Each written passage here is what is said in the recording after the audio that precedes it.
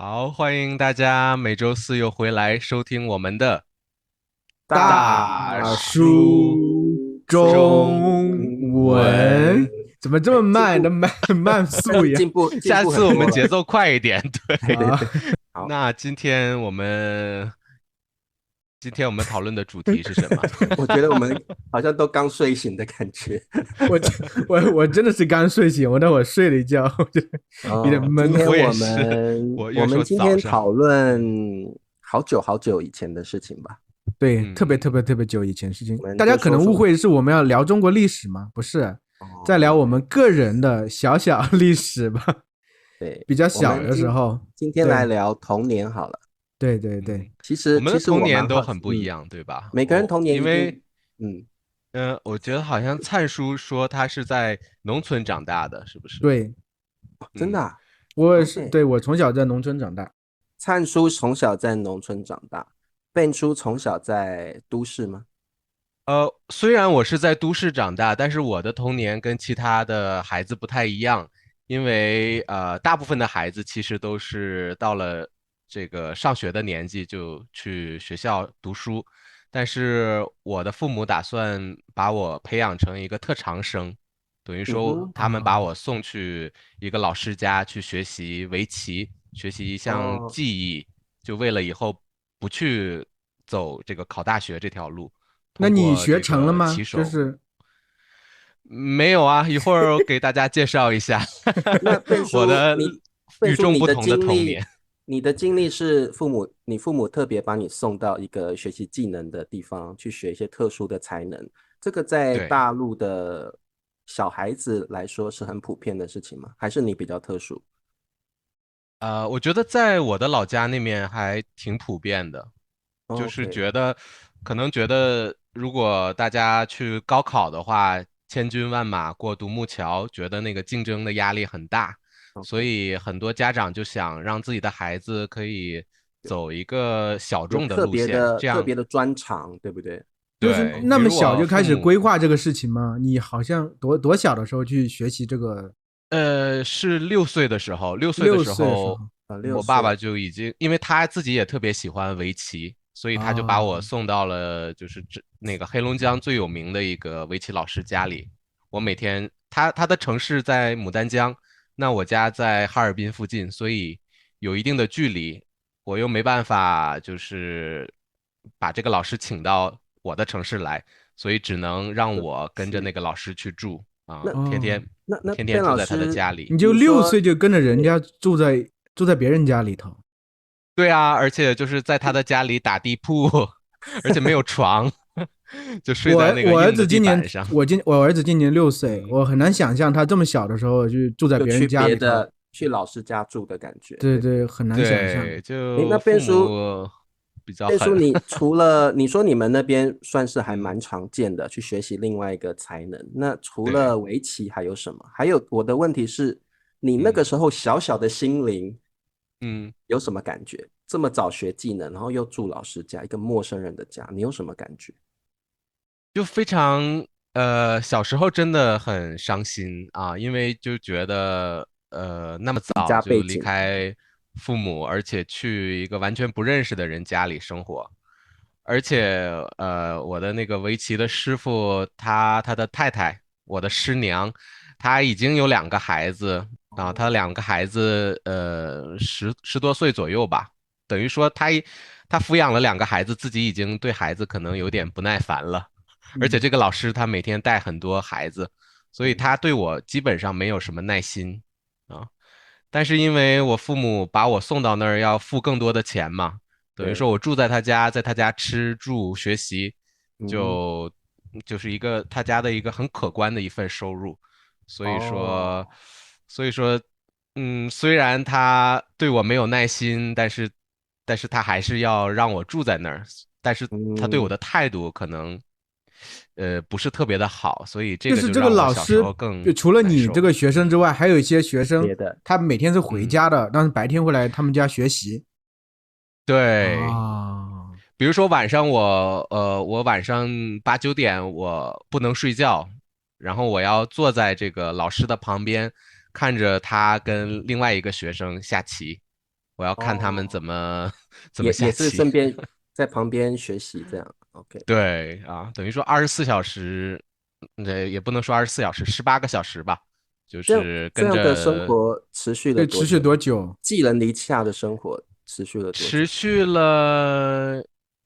了1年半吧，因为当时我就是因为挺委屈的嘛，小时候想家想妈妈总哭啊，然后不是很开心，而且就是我有一次在骑社，我跟这个其他小朋友玩儿，然后我骑在这个一个凳子上，等于然后我们就是在凳子上一哦，跳一跳一骑跳马一样，的这样的。骑马打好像仗的感觉。骑马一样，对。嗯，然后我当时就是玩的比较疯啊，就是突然一起啊把这个凳子抬起来的时候，我就整个人从后面对，倒下后去了，脑勺撞地上吗？对，后脑勺磕到暖气上面，然哦，暖后就磕气片上，破了，嗯。然后是暖那次就气破了。委屈的 OK，不得了，就是觉哦，得自己不在老家，背井离乡，然后又受伤了，就所有的委屈都加在一起，就哇就哇大崩溃了。哭啊哦，然后我妈妈、我的姥姥看到这个情形以后，就觉得，呃，不应该让孩子再这么受苦了，就给我爸爸施加一些压力。虽然我爸爸就是不希望我放弃，但是最后就还是妥协了。所以我又回到学校，但是比其他孩子晚入学了1年半左右。哦，就回归正常的教育体系去教育体上学。系里边，对。哦，但是那个时候的父母真的很希望孩子学一些特长。虽然我放弃了围棋，但是我一边上学，我妈妈又给我报了这个美术的画画的班啊，还有这个钢琴班啊、电子琴班，所以就是又上学又要周末跑那就问你，就是你现在这些特长班。技巧，你会不嗯。会？现在还会不会？还喜不喜欢？啊，现在就完全就都忘了，就那嗯，个时候是被强迫的，不是我真的想学，对对对，而且学的很杂，你就没有办法把一个技巧挖得很深。而且其实并不嗯，是你真的喜欢的爱好，对不对？对啊，但是就嗯，是觉得，因为父母觉得别人家的孩子都去学这些东西，你不去你也学就要会？落后了。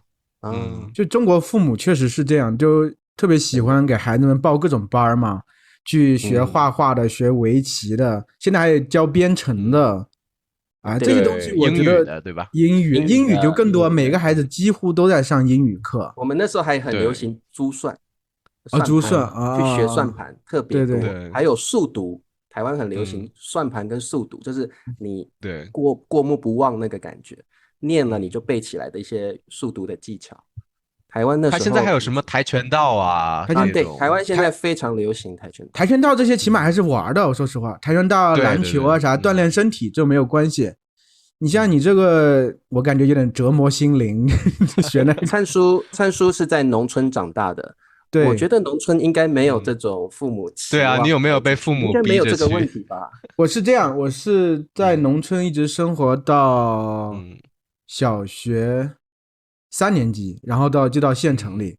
县城里之后，当然嗯我也上过这些补习班，但是呢，我嗯是自己有点兴趣，我爸妈把我送去的。嗯学什么？我学过画画，哦，画画。我那会儿啊，是那个时候成天在墙上到处乱画，然后我爸就说：“那你去嗯学画画去吧。”然哦，后然后嗯感觉我也学过书法，嗯但是我书法。可能这个不是特别有耐心啊，坐不住，反正这些东西嗯，也学着学着就扔了。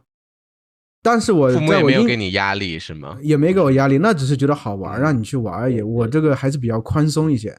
然后我爸妈那不错。因为他们做生意，也没有那么多时间精力没有时间。管我，基本上就让我比较放任我吧。我觉得这嗯也一方面也是有好处的，就是对，没有那种高压的政嗯，策压着我从小。对。可是会不但是你也会？是嗯到入学嗯，年龄就去读书上学，对吧？我是没有，正常的，我是正常年龄去对，上学的。嗯哦，我小可是时候印象比较深，是因为我爸妈不是从村里然后到城里就搬家搬的比嗯较多，我小对学6年就换了4个学校，嗯，，OK，所以我嗯哼，其对，实我感觉这个对我有一定的影响，就是我之前和我老婆说，就是有时候我对朋友之间哈，我有时候就觉得嗯因为有些朋友处着，就然就后突然就搬家了。断掉，就没断对掉了，对对我有一定的不安对，全感。然后对不安全感反倒又生出来，我慢慢对有些朋友感觉好像有时候有点冷漠，就是感觉我又不敢太过于亲近，怕会这种怕失去的感觉嘛。我觉得人生可能很多情况就是你从小这个生活环境对你的性格什么都有一定的影响吧。都有这种影响。所以你转学转过很多次是吗？我小学就6年小学转4个学校，我觉得是挺多的了。而且造成我这个性格可能相对会比较的孤僻一些。冷吗？孤僻比较冷一点。现在你看不出来，现在感觉好像热情似火。现在我挺能，但是我小时候是感觉不是特别的放得开吧。我喜欢一个人待着，就是一到放学周末我都是成天在家里待着的。我爸成天调侃我就像一个小姐一样在闺中成天待着，就不愿意出门，独处深闺那种感觉。对对对，那个时候我最喜欢干2个事情，就一个是看书，另外一个其实幸好我就觉得幸好我还会喜欢踢足球，还能认识一些人，稍微把我打开了一些。不然的话我只是看书，我可能会变成一个真正的书呆子吧。然后脑子可能会想很多，但是和人社交能力会能比较弱一些。但是因为我会踢足球，会接触到一些比较皮的孩子，比较野的孩子，和他们混在一块，也会起码1个星期1次这样玩一玩。我没有变成了一些比较特别软的会被人欺负的孩子。因为有时候像那性格比较绵的比较这种内向的孩子，在学校会特别容易受到霸凌的。对。那你笨叔小时候是这个人际关系怎么样？我其实听你说之后，我感觉有相似的感想，因为我也是就是小时候就是转学转了差不多4、5次。你也一样。然后我们小时候，因为我们这一代人好像是这个人口高峰，就等于说我们这一代每一个班里边差不多都70个对，60、70个差不多都有。对，等于每一次你转学，你要重新的认识70个人，所以就真的有一点点就是觉得不适应，就觉得又是新的面孔，然后又要开始记名字。然后就会有的时候就可能不想特别深入的跟一个人建立感情，因为可能父母又有工作的变化，又要换下一个地方。你也是因为父母工作的变化是吗？也是因为这样搬家？因为我学围棋的时候，我父母也是开始做生意，等于说我学完围棋回来之后，他们真的没时间照顾我。对，所以他们的解决方案就是让我跟我的姥姥姥爷住1年，或者是跟我爷爷奶奶住几年，然后或者是跟我的舅舅住一段时间。那他们都住在不一样的地方，每次他们做一个决定，我就要搬，就是要去别的亲戚家。对。后来我感觉所有的亲戚都被烦烦了一遍。对，所有的亲戚都被烦了一遍之后，就没办法，就让我去一个私立学校，就让我差不多4年级就住校了。我发现咱俩经历有很多很相似的地方，就是我小时候，因为我父母才做生意的时候，是我2年级的时候，那个时候我就在乡下，就跟我奶奶一个人生活，然后一到周末的时候，我就会到县城去，但那个时候呢，因为就县城离村里还有点距离嘛，坐那种中巴车，都是他们把我就是随便拦个中巴车下来，然后说交代人把我送上去，每回感觉都很孤单，每天坐，然后没有固定的位置，基本上那个中巴车前面有个那个机动那个盖子嘛，不知道吧？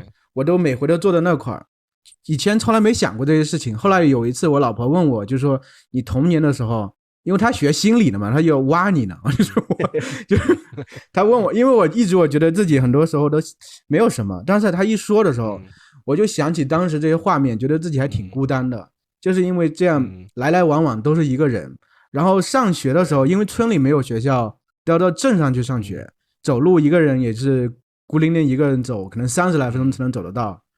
反正当时觉得可能那个年纪，在自己这个整个人生的成长上，我觉得造成挺深的影响吧。可是这些经历是比如说在大陆那个时期普遍的人的童年嘛，就是我觉得有，因为那个时候不是刚好经济发展起来，很多人开始下海去经商了，都去创业啊，对，父母像你看我们父母都去开公司，都那个时候就觉得改革开放创业赚钱是主流，是一个趋势，给小孩好的生活。对。对，所以我们还应该不算真正的留守儿童，有些留守儿童更多嘛，就是他们父母到城里打兵，基本上留在村里和爷爷奶奶的比较多。其实这样同样的时期，在台湾这里我们叫钥匙儿童。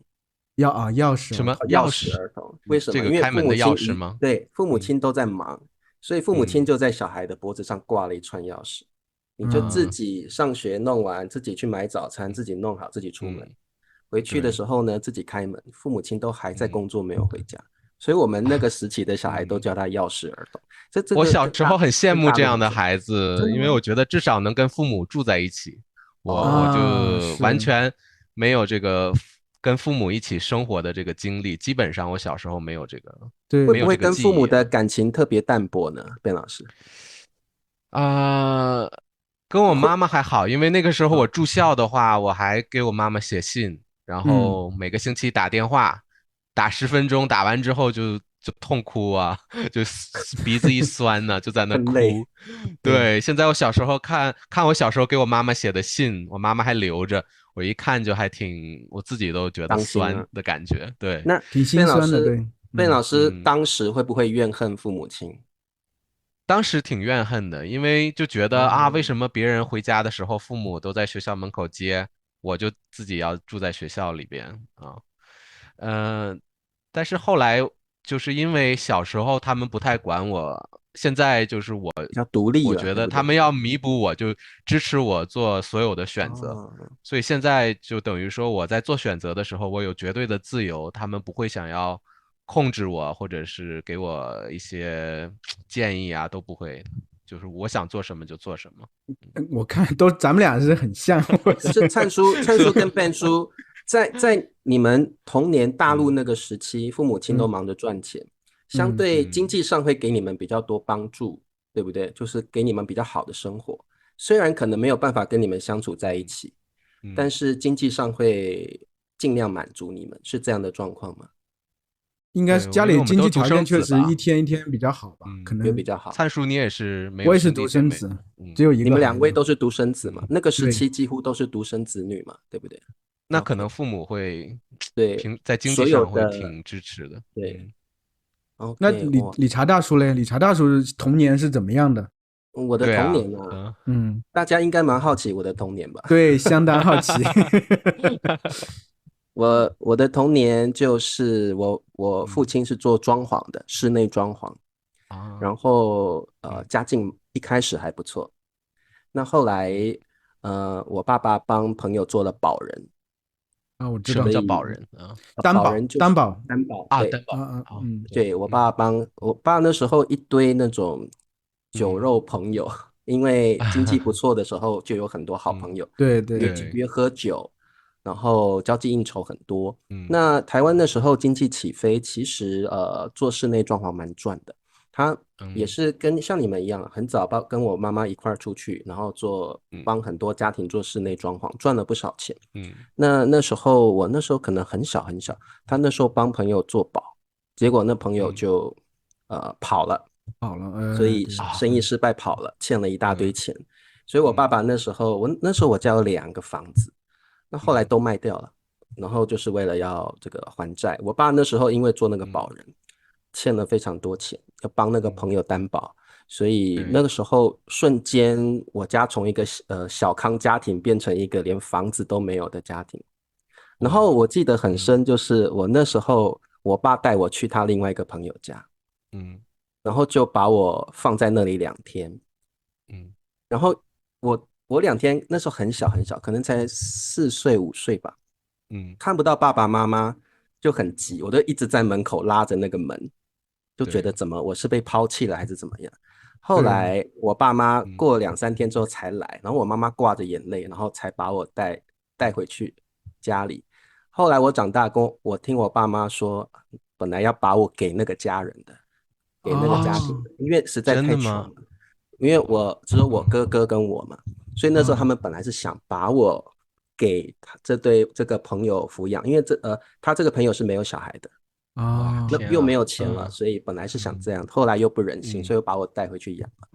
那从此之后，我们就过着像你们是小学换了4间学校，4-5个学校，对对，我也差不多，嗯我每半年嗯以内我都要搬一次嗯家，啊，我没有在同一个地方嗯，住超过半年。是怕在那件追债的人来吗？还是也不是怎么样？在那件事嗯情之后，我从来就没有在一个地方固定住过半年以上的。半年、3个月、4个月我嗯，就要搬家。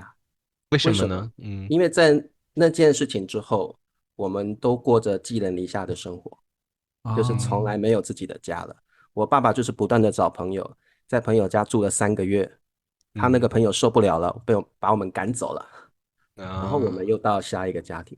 那我爸爸在这段时间，我爸妈都不断嗯的在打零工，在工作，嗯所以我从小的生活就是寄人篱下，嗯然后3、4个月，可能半年嗯又离开了。所嗯以这段时间我也就像你们2位一样，我不嗯敢交很多朋友，因为交没有多久，邻居也嗯，好，同学对也好，交没有多久你就要离开那个地方了。所对，以那个上次Ben叔说我最怕什么？我最怕蟑螂，嗯为什么？因为我嗯们寄人篱下的时候，有时候是住朋友他们自嗯，己另外一个家，对对，哦，就是另外的空房子我们可以住，但是那个生活嗯品质很差，所以我对对，常常半夜醒来，我胸口痒，很痒，痒醒的。我嗯后来小时候那时候才大概6岁左右，张眼一看，嗯胸口几十只蟑螂，哦，哇有的还在嗯交配，啊天啊真的很可怕。然嗯后小时候不嗯晓得抵抗，你就是张开眼之后嗯看到全身都是蟑螂，这太脏嗯了。那个朋友嗯，的家嗯都没有，太脏了。那我嗯爸妈又打零工又忙，所以嗯也没有办法整理房子。你哥哥比你大哇几岁啊？嗯大1岁半。就嗯1岁半。等一下会讲到我哥哥哦，所以我那时候为嗯什么我很怕蟑嗯螂？因为我从小就是每次张眼3、4点嗯，睡不着，就是被痒醒的，就对啊，一堆蟑螂，然后我肯定只好受不了这种，对，默默的闭上眼睛，然后就等着嗯自己努力睡着。对，哇然后那时候环境非嗯常差，就是都住在环境很差的地方。我刚刚嗯说的那个地方，我们叫它棺材街，棺材街，嗯整条棺材巷子，街，嗯，整条巷嗯子的店面都是做棺材的，所以啊，我们哦那时候住的地方就隐没在那个巷子里面的嗯更偏僻的一个很暗的一个小住家而已。然哇后我那嗯时候年纪这么小，然后住的地方又那么不好，所以我那嗯时候就觉得人生很灰暗，然后又没有朋友，嗯所以我那时候对常常晚上哦，就是整理家里什么的，然后我就莫名其妙就嗯哭了。然后我就那嗯个时候心里想很多，然后我就给自己嗯当时那个孤寂的感受就叫陌生感，嗯我还给他取名啊字，要取就是我什么名字？有一个陌生感是我的朋友哦，那时嗯候就会幻想这个感觉是我的一个朋友，所以我说对我的陌生感，我就叫啊陌生感，就是很孤嗯，单。那我哥哥也有类似的感觉，就是觉得很孤单寂寞。可是你们不一起玩一起交流吗？没有，嗯我们那时候真的没有没有想到玩，父母亲也没有嗯想到要给你学才艺，根本没有那个嗯钱，也没有那个嗯心力。我们那时候几乎嗯有时候我们也跟我们爸爸妈妈去打零工，就是常常去嗯搬那个去做一个工地，做对盖大楼的。嗯嗯，我们有时候全家人就一块儿去哇，搬水泥，然那后你是几岁的时候的事情？混铁丝，几乎7、8岁以后就是这样吧。就过着这样哇读书嗯以外就是这样的生活。如果有嗯放假，就是跟父母亲去做一些比较粗活的工作。对，所哇以几乎那时候就是这样嗯过过来的。而且那时候，我们后来搬到一个，我爸也不断的换嗯工作，终于换到一嗯个比较稳定的工作。那大概是我嗯国中的时候，我这样的生嗯活也一直持续到国中毕业。嗯哦，对，嗯高中我就搬到学校住了。然嗯后我哥哥也是高中搬出去住之嗯后，他就不想再回到这个家庭了。他从此在另外一个城市嗯住，自己啊，过生活，因为他没办法回忆这样的生活。明白对以前的生活过于的这个，哦，我爸爸那时嗯候终于就是开始做一个比嗯较稳定的，就是做水嗯水泥砖水泥砖的工作，每天4点要嗯起来。我说的是我，哇我嗯每天如果放寒暑假的时候，我四嗯点多要起来，然后嗯跟我爸爸还有我妈妈去嗯弄呃那个水嗯泥浆，然后要开始对做那个模板，然后就要开始去嗯每天对做到下午4点，就是要弄那个水泥砖。对，但是嗯那个时候那个时候我已经国中了，所以我很高了。但是我们住的地方是老板给我们的一个非常小的住家，你一定没有办法想象你的家是没有窗户的。我家没有窗户，只有一层纱窗，在外面。所以如果有台风来，那个水是用倒的进来的。哇，对。然后呢，还有一点就是我那时候比较高，所以我天花板比我还矮，所以我是要这样子，我是要这样在家里走动的。对，非常低。然后我也没有自己的房间，我的房间是玄关跟客厅之间隔着一个小地方，我就睡那里。对，所以那时候，不过那时候很奇怪，我也不会觉得不满足或不开心。对。但是你意识到家里情况比较会，我意识到，但是穷不太好，我会自己找自己的快乐。对，就会我甚至不会觉得不好意思，我会找同学来我家，因为在那样的环境里，其实我那边有野狗，我们还养了野狗，然后晚上还有萤火虫，然后还有一些番鸭，就是一些鸭子，就是我会找一些小动物，去一些寻找自己的快乐，所以在我的童年，我倒不会去怨恨或者觉得我的生活怎么会那么悲惨，或怎么会这么漂泊。然后我哥哥就不是，我哥哥是急于想跳脱这样的生活，所以他高中以后他出去学校住，他从此之后就租房子，自己在另外一个城市生活，一直生活到他成年20-30岁了才又回来这个家庭。这中间隔得非常多的时间，就有点像他的怨恨期，他觉得这个家庭怎么会这么不像童年该有的快乐生活。可是这是一个普遍的故事吗？还是那个时候大部分？这是我自己的童年比较特别。我的同侪他们的童年是很富足的，就是像你说台湾那个时候是经济才发展的时候，经济成长的时候，而且呢，我常常去他们家玩那个任天堂，有没有？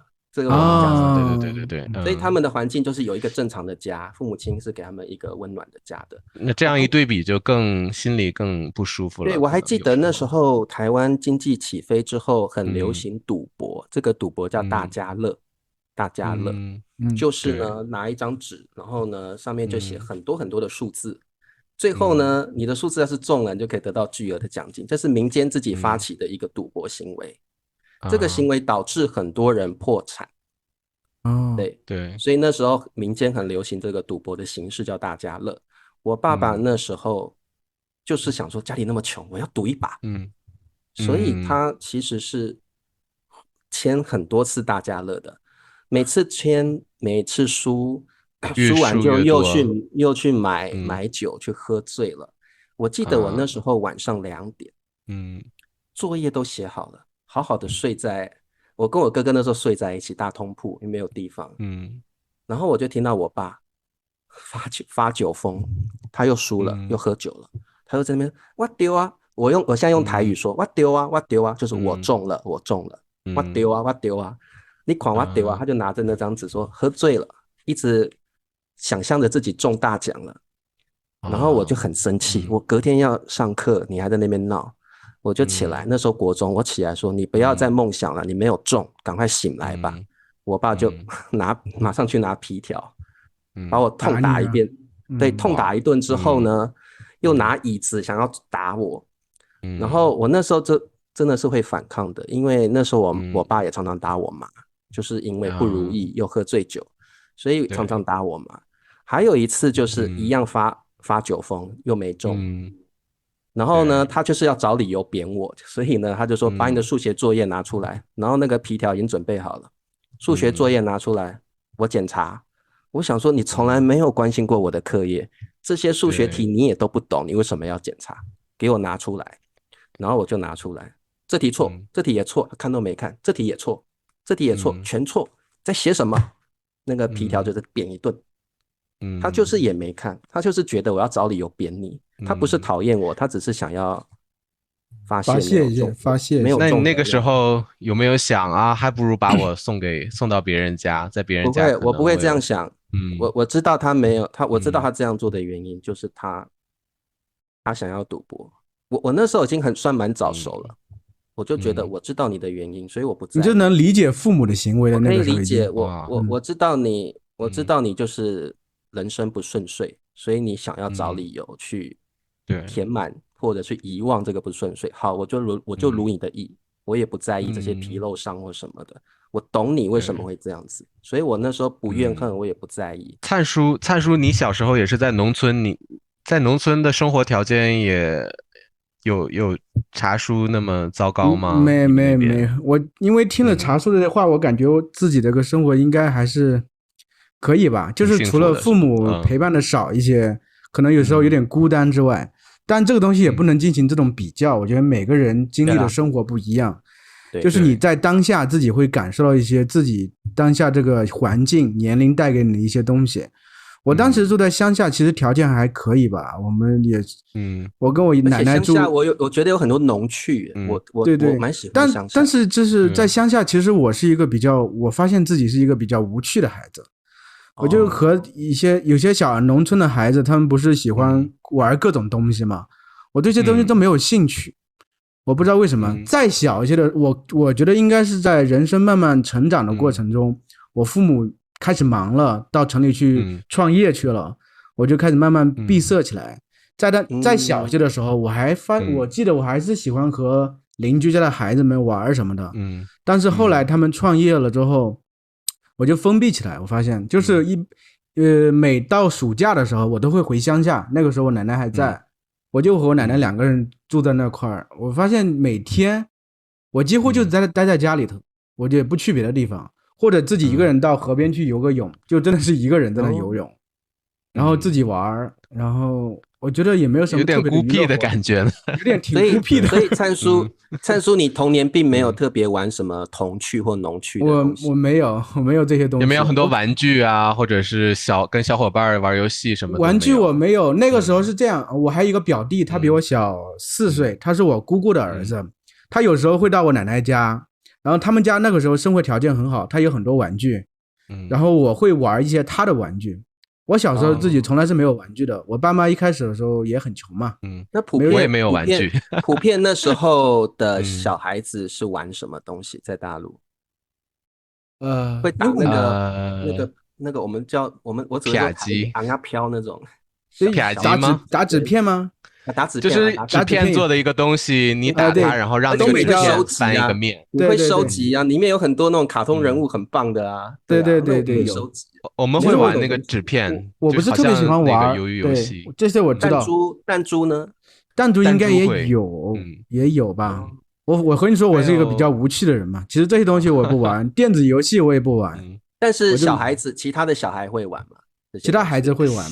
像我还是跟其他小孩子玩的挺多的，就是我们可能，但是我家长也不给我买玩具啊，就是我们可能会自己做玩具，比如说我们把那个啤酒盖子拧下来，然后我们拿石头把啤酒盖子砸平以后，然后你就有一个啤酒盖子的这个好像一个铁片，然后你就摔这个铁片，然后你把另外一个人的铁片翻过来就算赢了，你就可以把他的铁片拿过来，这样。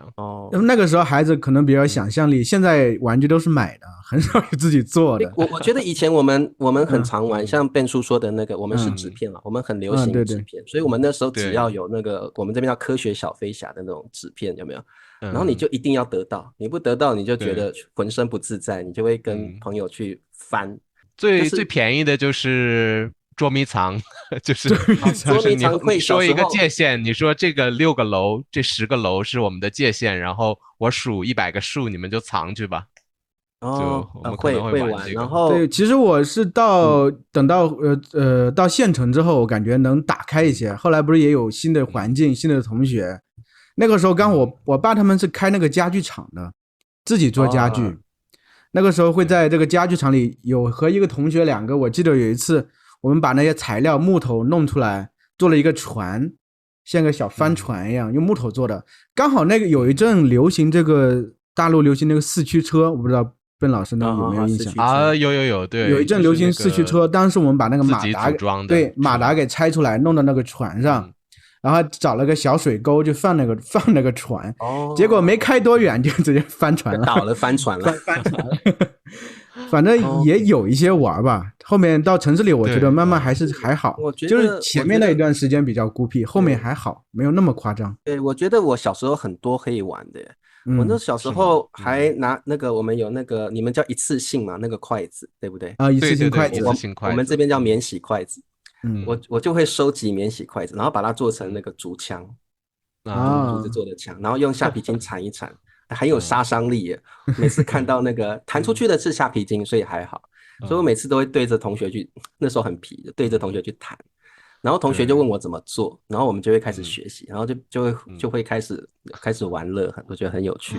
我说起这个，我想起一个挺好玩的东西。当时我们小学的时候也有个房子哈，它楼上就是2楼是拆掉的，就一个平台上面好像拆掉的，都是废墟一样。但是我们当时通过有2个通道可以爬上去，一个是一个可以这个就是嵌入式那种楼梯啊。一个钢筋一样的围一圈那种可以爬到上面，另外一个就是一棵树那块可以踩着那个树上去，爬到上面。我们当时我小学4、5年级吧，我们就和我们同学把那个当做一个基地，每天下课跑那去。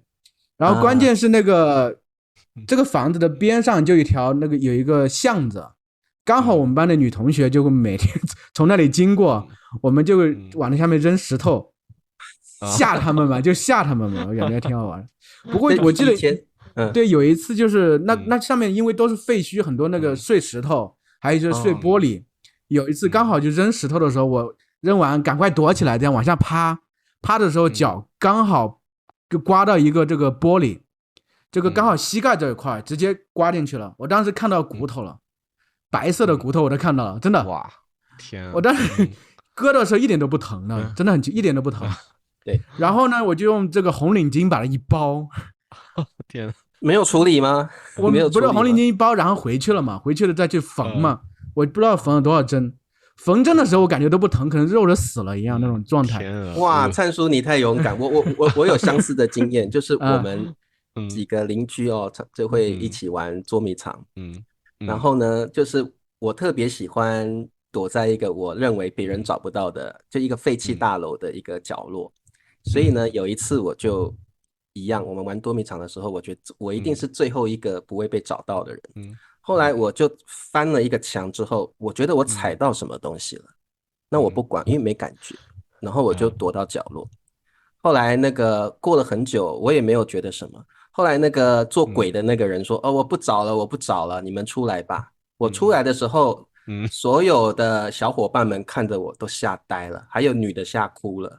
因为我出来就拖着一条血出来，我的脚拖了一条血出来。我说你们干嘛吓呆？我自己低头一看，我也吓呆了，没有什么感觉。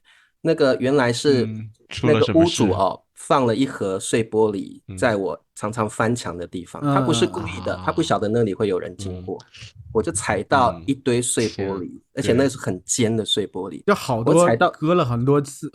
对，我踩到没有感觉，出来了我才觉得好痛哦。别人在看的，我一看我才对，那个时候太好痛，泼出来一条血，我吓呆了。那个血不知道流多久了，然后我才意识到好痛。那个就是已经那个玻璃刺进去，很多块玻璃刺进去很深了。然后呢，吓死了。然后我那些小伙伴赶快叫我爸，我爸赶快出来，赶快把我背起来。我爸真的我没有看过我爸那么紧张过，背起来直接冲到附近的诊所，然后那个医生问我爸说要不要麻醉，我爸说当然要啦，那么看起来那么大的洞一定要麻醉。他说好，也没有征求我的同意，拿了一把大大的针筒直接戳到我的伤口里面去。对，然后痛得哇哇叫，然后就没什么感觉，听着就很疼。对，我那时候他就用一个布遮在我的那个这边，我是躺着的嘛。你是看不到的，对，我已经躺了，他用布遮着，小孩子怕我看到。然后就开始麻醉完，但缝的时候超痛的，那个非常痛。缝合的时候虽然打了麻醉，但是非常痛。我记得那时候在缝了10几针吧，对，10几针那应该是好多呀。这是我第一次被脚，我受伤的地方是脚的这里，整个就是这块的，对，很多个洞，而且应该有刺到骨头。对，那时候我休养了太痛苦了。然后那时候我就打石膏，然后这个对，拐杖，在学校都是拄拐杖，同学们觉得很酷。哇，你拄拐杖去上学好酷哦！每个人都看我的说，可不可以看，可不可以看这样子，大家都很好奇这样。对啊，所以然后我小时候还好，没有这么多这个受伤的经历。而且就是我的爷爷他是大学教授，然后因为我跟我爷爷奶奶住了很多年，然后他们有一些教授的同事啊，然后也是很多父母就把他们孩子就留给爷爷奶奶养这样，所以我们有一个就是这个爷爷奶奶家的这些留守的孩子，我们就常常一起玩。其中就是最好的一个小伙伴，他正好是就是一个小混子啊，就是是一个孩子王，大家都怕他，但是因为我们两个爷爷关系特别好，他跟我的关系也特别好，所以有时候我不知道为什么小时候那个时候挺流行打人的，就是流行打人，就是可能一个孩子惹了另一个孩子，那个孩子就会找一帮人过去围堵那个人，然后去揍他，然后那个被打的人下一次更生气，就会再叫一波人来围堵这个孩子。那我小时候就常常是被我那个好朋友叫去充人数，就是我不需要打，但是我需要站在那儿给他营造一个气势，对，觉得他很厉害。所以有时候我就有点那个不好意思过去。自己是坏小孩。对啊，就是虽然我没有打，但是我觉得挺不道德的，助纣为虐，对吧？说起打架，我感觉我们小时候就小学的时候挺严重的。那个时候社会感觉整体比较混乱，我发现就是整个城市里是有这个帮派的。因为有这么一个社会氛围的话，孩子们可能多少就会习得一些东西。不管是从家长还是社会，古惑仔的那个电影，对，古惑仔也很流行，对，大家会讲义气啊什么的。因为我们龙泉是以这个宝剑出名的嘛，龙泉宝剑，对，非常有名。对，他当时就有些家里在做宝剑或者做一些装饰啊什么的，还有人做这个东洋刀，日本的刀。然后做那个刀啊，家里就专门，我有个同学家里做东洋刀的，还做东洋刀的装饰。我记得有一次，我也不知道为什么，他当时和人吵架了，后来要去砍人，就是偷偷的藏了一把刀在身上，本来可能会酿成血案，后来被老师发现了。我记得在小学这种就是打架呀、打群架，成天会听到。对，有时候路上会有人会向我们要钱。有，我们也被要过钱，被讹过钱。大的学生就是欺负小的学生，就是说你得交一些保护费。对，然后就要把零花钱交给他，不然的话我们害怕会有危险。对，看来那个时候是一样的。这个在台湾倒比较少了。我们那时候其实台湾在那个时代算经济起飞还蛮富足的，所以大部分的小孩子基本上都有点像你们会上才艺班，然后会学绘画、美术、舞蹈，然后我刚说过速读、珠算都会。对，然后补习是常态，课业压力特大，然后补习是常态，所以那时候小孩几乎都是书生型的，就是万般皆下品那种感觉，唯有读书高。父母亲几乎都是也鼓励小孩子读书，所以那时候几乎都是在那样的氛围度过，就是一定要读书哦，才能出人头地哦。那时候的观念都是这样子。对，我发现真的可能这些和经济发展是有关系。你们台湾那个时候经济比较好，对，大陆那个时候经济比较差一些，整体所以社会问题比较多嘛，不安定因素比较多。现在好了，就像你们那个时代一样，经济在腾飞，就是这样。现在感觉孩子都好乖，然后父母也不打孩子了。像我小时候，我爸也总打我，现在打孩子听起来就挺野兽、野蛮，对，没有不对的，很少，对。然后老师也不敢打了。我小时候我记得我们老师也教训学生也很厉害，真的。现在老师敢打学生，拍个视频到网上他就不要工作了，马上被公审，那个老师马上被公审。以前那个时代，我们老师是，排队怎么没排好，手马上给你捏过来啊，你给我排好，好好排好不好？然后我们就很怕，最怕老师那只手，所以老师只要那个手势一出来，马上乖乖的，对，都不敢乱。我8岁的时候，第一天去学校，就是老师就可能想要壮威吧，建立威信这种，然后他就是把一个不听话的学生叫到讲台前面，然后他就用脚就把那个学生从讲台上踹下去了，哦，当着全班同学的面，那大家就看了之后就都立威了，都这个立威都不敢，了真的是对，因为我们吓着了老师是可以那时候我们那时代是可以公开体罚的，所以比如说老师会找一个淘气的学生上来，袜子脱掉，鞋子脱掉，然后拿一根大大的木棍打脚心，脚心最痛，打脚心最痛。所以那个很淘气的男学生是一开始咬着牙忍，我不痛，打到第3下哭了，因为那个时候老师是不留情的，我就是给你立威，给你下马威，打到你哭，一定要你哭，痛到真的不行。所以我们那时候体罚是公开的，也没有人会说什么。对啊，最主要是那个时候父母都觉得这是天经地义的。对，现在哪个父母愿意自己的孩子在学校这样被受惩罚？对，不一样，没错，时代也不同了啦。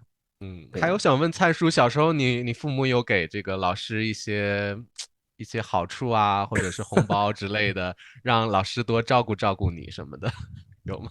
小时候我是没有印象，因为小时候虽然我比较孤僻，学习成绩还挺好的，可能不需要这些东西。笨叔，你这样说表示你有啊，对不对？我后来才知道我妈妈小时候有给老师一些红包，然后让他培养我做班干部，就是他想让我有一些这个领导能力啊，培养我一些这个。那你做班干部了吗？所以当班干部了，就当成了。我在想，为什么老师让我当班干部？我记得我小时候我们是特别不想当干部的，觉得当干部有好多事情要做。但是我们学校老师会特别给这些学生当干部，你不想做我就让你做。所以我那时候最不喜欢当的就是风纪股长，因为要管风纪股长就是管秩序的。那如果你管秩序，你就得罪到你的一些好同学好朋友嘛。比如说你说你怎么可以说话，那个几号几号你怎么可以说话，安静一点，你会得罪到他们。所以我最不想要当风纪股长。老师就是硬说好，理查老师你就是下学期的风纪股长了。你如果没有把秩序搞好的话，来伏地挺身仰卧起坐准备就是会处罚风纪股长，不处罚同学。对，所以那时候就是很痛苦，又不想得罪人，但是你又是干部。但是我觉得真的会训练你一些能力啦，管理的能力。对，你管理会有。我反正最多就当了一个小组长，也没有当过大的官，没当过。我觉得我国小国中还蛮常当大官的，一直到高中也常当干部，或那时候蛮常当的，就是到了国中高中很常当英文小老师。所以我之前觉得你在说大学的时候，感觉你这个组织能力啊，可能都是练出来的。对啊，那个时候去做这些事情。对，那个时候我觉得我教过我的老师还特别喜欢我小时候很喜欢写东西，所以我特别记得我为什么我觉得我对我的写作还蛮有信心的，因为我国小的时候我国小写那个习作簿同学就是把自己的习题写完就好了，我不一样，我写习作簿是我把习作上该有的造句写完了，题目词语写完，我自己会再贴一张，我多写几句，我会再贴一张，那不是故意的，我觉得我就是有满脑子的东西，为什么我不能写出来贴上去？然后那时候我小学的老师看到之后觉得这个人还不错耶，怎么会自己想要多练习？他那时候就说理查老师你过来，我说老师怎么样？他说以后你每天写一篇日记给我好不好？我说好啊好啊，我那时候觉得很棒，我很喜欢这样。然后那个老师说你可以写诗，你可以任何都可以写，只要每天交一篇给我。我那时候真的每天狂想，有诗有词有风景有心情，我就写给他。所以那时候对我写作很有帮助。然后我那时候在吃那个丝瓜的时候，我觉得这丝瓜很好吃，我那天还写了一个丝瓜传奇。这什么类型的故事？写了一个丝瓜传奇，我也不晓得为什么要写。老师看了直接课堂上念给大家听，因为我就把丝瓜拟人化，然后丝瓜身上的那个绒毛，我就把它形容成牛奶喷射出来那个感觉。那个时候国小就蛮有想象力的。然后那个老师觉得我的文采之丰富，这个有点激励我，觉得我对中文是非常非常有兴趣的，而且我对自己的中文还算有信心这样。对，所以也是有老师的鼓励。对，现在感觉你这个讲故事能力就很好，应该的文笔应该很好。我有出过书的。出过书啊？对啊，我出过书的。你给我看一下。我出过旅游书啦，旅游书啦。我给你们看一下，你给我看一下，对，就这样一套。出了这么多啊，一套小旅游书，这么多哇！对，天啊，那时候17吧，17旅游书，就是讲台湾。你们两个都是出过书的人了，我不一样，我也得努力。可是我以前其实还想出武侠小说了，写到一半没有时间，我写到一半。那你的台湾，你这个书是讲去台湾各地的这个东西，还是什么？去台湾旅行的。然后那个我以前本来要出武侠小说的，有答应人了，但是写到一半实在脑子想破了，没时间了。我觉得我那时候写书的那个历程还蛮有意思，我就觉得说，那时候真的我在上班的时候啊，那个我做编辑嘛，一边编辑稿子底下藏着我的武侠小说的那个的那个文章，我在那边偷偷的写，想到一句我就写一句这样。最后结尾，我想问灿叔，如果你可以选择，就是现在可以出生，或者是把自己的童年再来一遍，你会选择哪一个？晚生20年，还是跟现在一样？我还是希望原来的自己吧，我觉得挺好的。其实现在回想起来，虽然感觉有些不如意的地方，但我觉得也有挺好的地方。那些毕竟那种生活造就了现在的我嘛，我挺喜欢现在的自己的。我觉得没有什么。现在你要让我现在生活，感觉这种孩子的生活未必是我想要的。你自己嘞，笨叔嘞？我正好相反，我是觉得越晚出生越好，而且现在科技进步这么快，就是玩的东西这么多，然后而且觉得现在就是对孩子啊这个成长环境，父母也会比较健全，就是对关心的比较多，花更多时间陪伴孩子。那倒是。然后对，那最后一票留给茶叔吗？茶叔决定。是什么？我肯定是要选择我原来的童年，因为我觉得我那个童年是独一无二的，别人没有的。我不希望跟别人有一样的童年。另外就是在我那个时期出生的人，经历了台湾最丰富、最有意思的时期。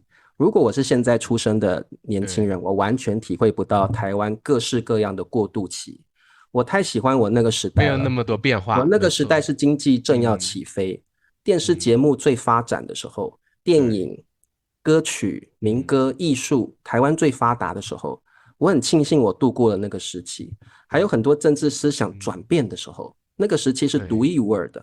如果我是现在出生的年轻人，他可能没有办法经历这么多面向的观念的改变，所以他会只倾向于接受一方的资讯。对，现在台湾的年轻人太多是不懂得去分辨资讯的人了。所以他只接受一方面的资讯，因为他没有过去做对比。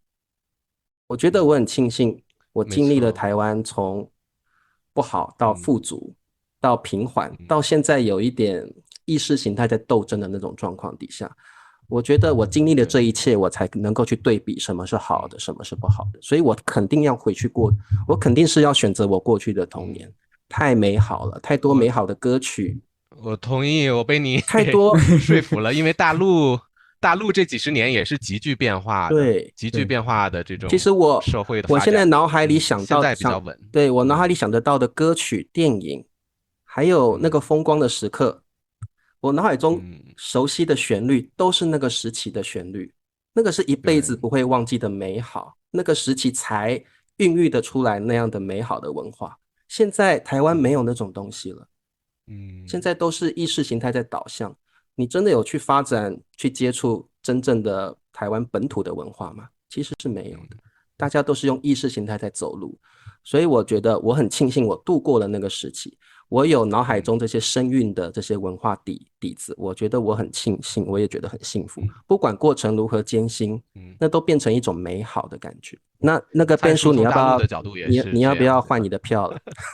他已经转换阵营了，他被你说服了。是的，我觉得我们的童年故事，现代人是没有办法复制的，没办法，因为社会已经比较趋近于这个平稳的情况了，没有那么多特别急剧的大起大伏的。我觉得现代小孩的童年大部分都是换个名字就都一样了吧？我觉得，对，大部分人应该都一样。都是一样的童年嘛，换个名字你就是他，他就是你。好，那今天又很丰富的一期讨论啊，我本来想讨论的童年跟最后我们呈现出来的内容完全不一样，但是我觉得我更享受我们今天这个而且我也希望各位观众们、听众们，你们的童年是怎么样？让我们知道，留言告诉我们，我们好想知道你们的童年是怎么度过的。不同国家的童年一定有不同的感受。